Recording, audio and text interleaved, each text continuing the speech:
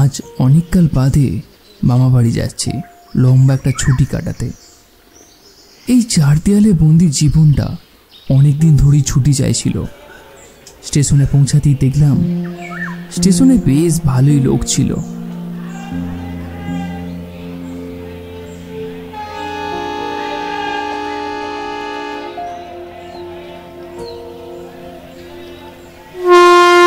যথা সময়ের খানিক বাদেই হেলতে দুলতে গাড়ি স্টেশনে এসে ঢুকলো। আমিও দেরি না করে উঠে পড়লাম ট্রেনে। সঙ্গে সঙ্গেই ট্রেন ছেড়ে দিল। আমি জানলার ধারে একটা সিট খুঁজে নিয়ে বসে পড়লাম।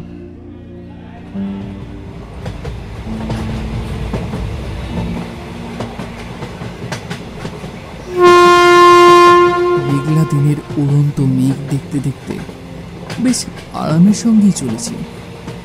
ছিটে ফোটা বৃষ্টি তখনও পড়ছে। বিকাল বিদায় নিয়ে সন্ধ্যা নেমে এলো। আবছা অন্ধকারের মধ্যে যাত্রী বোঝাই এই রেলগাড়ি দুরন্ত গতিতেই চলেছে। এইভাবেই বেশ যাচ্ছিলাম। হঠাৎ আচমকায় কোথা থেকে আছড়ে পড়ল ঝড়, আর তার সঙ্গে সিংহের গর্জনের মতো পুরো গম্ভীর মেঘের আওয়াজ। ক্ষণে ক্ষণে বিদ্যুতের ঝলকানি এবং মুষলধারে বৃষ্টি।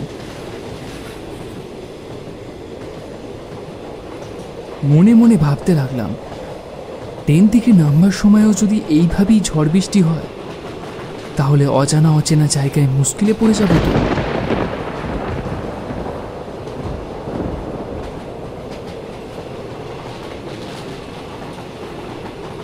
এইসব কথাই বসে বসে ভাবছিলাম। চোখ ঝিমিয়ে আসছিল। হঠাৎ গাড়ি থামতে কয়েকটা লোকের কথা কানে এলো। তো রানাঘাটের ট্রেন আজ বন্ধ। চুন্নি নদীর পুল ভেঙে গেছে, লাইনের উপর এক হাঁটু জল। ট্রেন আজ আর মনে হয় যাবে না। মাথার উপর আকাশ ভেঙে পড়ল। যদিও এই অবস্থা শুধু আমার নয়, ট্রেনে উপস্থিত প্রত্যেকটা লোকেরই অবস্থা একই। অগত্যা ট্রেনের মধ্যে না থেকে ট্রেনের বাইরে বেরিয়ে এলাম। বৃষ্টি তখন কিছুটা কমেছে।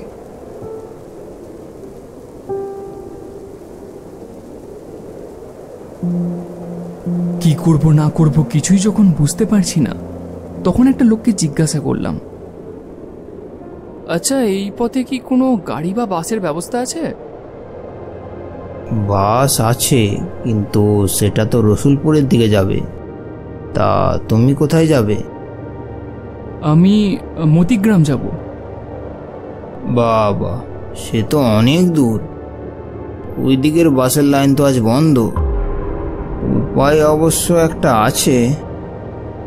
উপায়? কি উপায়? এখান থেকে বরং শিলাবতী নদীর ঘাটে যাও। সেই নদী পার হয়ে উত্তরে মাইল 2 পেরোলেই পড়বে মতিগ্রাম। মনে পড়ল মামার বাড়িতে কোনো এক সময় এই নাম শুনেছিলাম, কিন্তু কখনো যাওয়া হয়ে ওঠেনি। ঠিক করলাম এরকম বেখাপা জায়গায় বসে না থেকে ওইভাবে যাটাই বরং ঠিক হবে। একটা কথা বলি শোনো, তুমি এখান থেকে শিলাবতী নদীর ঘাটে যাবে, তারপর আবার মাঝির অপেক্ষা, যেতে করতে অনেক রাত হবে।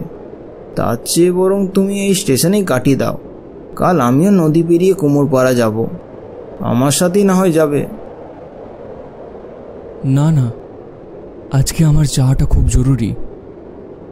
কথাটা বলেই চলে যাচ্ছিলাম, এমন সময় পেছন থেকে ডাক এলো, দাঁড়াও, আমিও যাব। আমি কতকটা অবাক হলাম।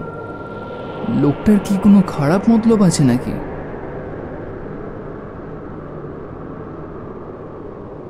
আসলে নদী পেরোনোর ইচ্ছে আমারও আছে, কিন্তু সঙ্গে এতগুলো টাকা নিয়ে যাচ্ছিলাম তো, তাই মনে সাহস পাচ্ছিলাম না। তোমায় দেখে মনে সাহস হলো। বেশ তো, চলুন না। আপনি সাথে থাকলে সুবিধা বই অসুবিধা হবে না। মানুষটাকে না করতে পারলাম না, সঙ্গে নিয়েই নিলাম। জ্বলতে নিতে থাকা ল্যাম্পপোস্টার নিচে ভাঙা সিঁড়ি বেয়ে স্টেশনের নিচে নেমে এলাম। স্টেশনের রাস্তাটা কাঁচা, জল পড়ে রাস্তার অবস্থা আরো খারাপ হয়ে গেছে। আচ্ছা, আপনার নামটা কি? বিল্টু বিল্টু পাল। আবহাওয়াটা বেশ মনোরম। মাঠের ধারে ঠান্ডা শীতল হাওয়া যেন শরীরের সমস্ত ক্লান্তি দূর করে দিচ্ছে। মাথার উপর করাতের মতো বাঁকা ছাদ। শহরের কংক্রিটের চার দেয়ালের মধ্যে বন্দি থাকা জীবনটা আজ বুক ভরে নিঃশ্বাস নিচ্ছে। লোকটির স্বভাব ভারী অদ্ভুত। কথা না বললে কথা বলে না। সে যেন গভীর চিন্তার ভয়ের মধ্যে পড়ে গেছেন। আপনি ঠিক আছেন তো? হ্যাঁ হ্যাঁ, ঠিক আছি, আমি ঠিক আছি। লোকটি যেন আকাশ থেকে পড়ল। আসলে মেয়ের শরীরটা ভালো নয়, তার জন্য এত নতুন জামা ওষুধ নিয়ে যাচ্ছি। পৌঁছতে পারবো তো? কেন হঠাৎ এ কথা কেন বলছেন? বলছি কি সাদে, এই ঘাটে তিনারা থাকেন। মানে? আরে তিনারা থাকেন, বুঝতে পারছো না? নাম নিতে চাইছি না। চোর ডাকাতের নাম নিতে আবার কি বাধা? আরে না না, যাদের প্রাণ নেই তারা। দূর, এইসব আবার হয় নাকি? সব গ্রামীণই কিছু না কিছু অন্ধবিশ্বাস ও কুসংস্কার থাকে। হয় হয়, সব হয়। গ্রামের মানুষের কুসংস্কারগুলো সবসময় সত্য না হলেও সবসময় মিথ্যে হয় না। এর কিছু না কিছু ভিত্তি আছেই।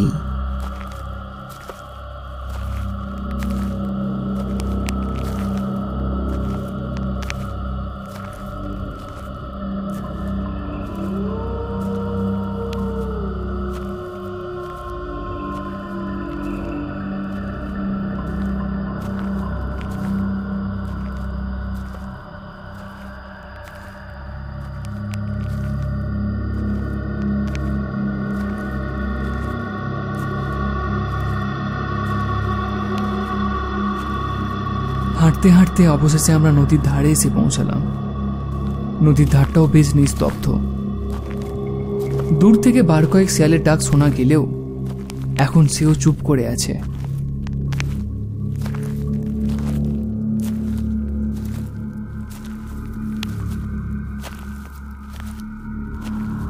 আমাদের বড্ড দেরি হয়ে গেছে। আমাদের রাতের বেলা এই দিকটা আসা মোটেই উচিত হয়নি। আমিও মনে মনে ভাবলাম, কাকা ঠিকই বলেছে, আমাদের আসতে অনেক দেরি হয়ে গেছে।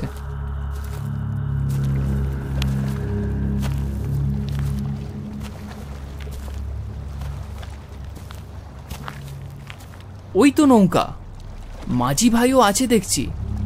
মাঝি ভাই, একটু ওপারে যাবে? খুব বিপদে পড়েছি। আশ্চর্য, মাঝি যেন আমার কথাটা কানেই নিল না। মাঝি ভাই, একটু ওপারে যাবে? এবারেও কোনো কথা বলল না। ইশারায় আমাদের নৌকায় উঠে আসতে বলল। অন্য নৌকোতে যাব, দেখছো না মাঝির হাবভাব কেমন অস্বাভাবিক। আর কোনো নৌকা নাই, এইটাই শেষ নৌকা। এই প্রথমবার মাঝির কণ্ঠ শুনে অবাক হলাম। কি ভয়ঙ্কর তার কণ্ঠের স্বর! এই জন্যই হয়তো মাঝি কথা বলছিল না এতক্ষণ। এখন খদ্দের হারাবার ভয়ে কথা বলেছে। আরে বাবা, শুনলে তো, এটাই শেষ নৌকো। চলো উঠে পড়ি। শেষ পর্যন্ত আমার চাপাচাপিতেই বিল্টু কাকা নৌকোতে উঠে বসল।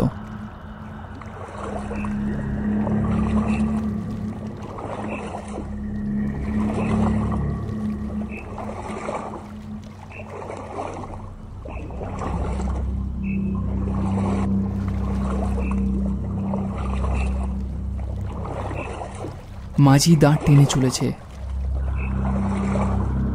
আকাশে চাঁদের চারপাশে তখন মেঘ জমেছে।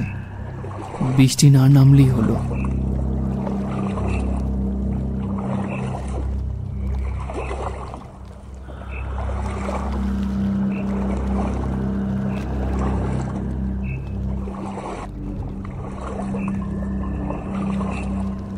তা তোমার মেয়ের বয়স কত? 6 বছর, এই মাসেই পড়ল। তোমার মেয়ের কি হয়েছে? কি জানি, অনেক কবিরাজ অনেক বৈদ্যি দেখিয়েছি, কিছুতেই কিছু কেউ করতে পারেনি। একদম চিন্তা করো না, সব ঠিক হয়ে যাবে। আমি না হয় ফেরার পথে তোমাদের গ্রামে একবার তোমার সঙ্গে দেখা করে যাব। তারপর খানিকক্ষণ চুপচাপ একভাবে বসে থাকতে থাকতে কখন যে দুজনে ঘুমিয়ে পড়েছিলাম বুঝতেও পারিনি।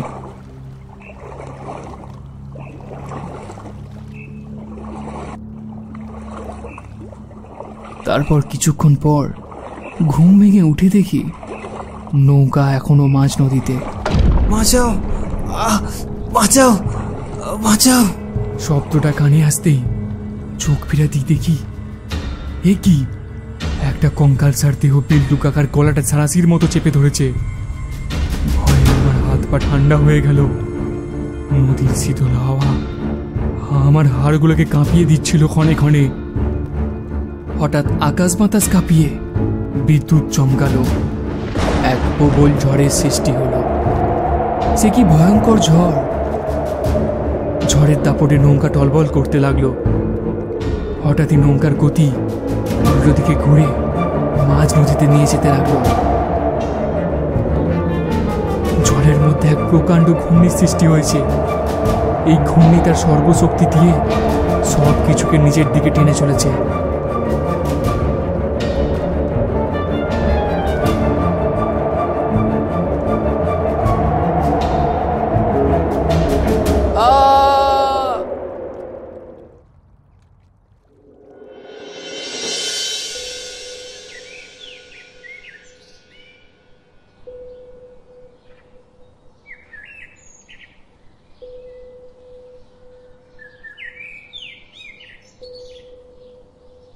পরের দিন সকালে জ্ঞান ফিরতেই দেখি আমি নদীর তটে পড়ে আছি।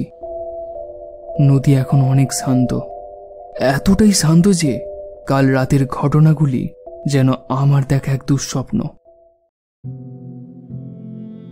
কিন্তু দূরে ওটা কি?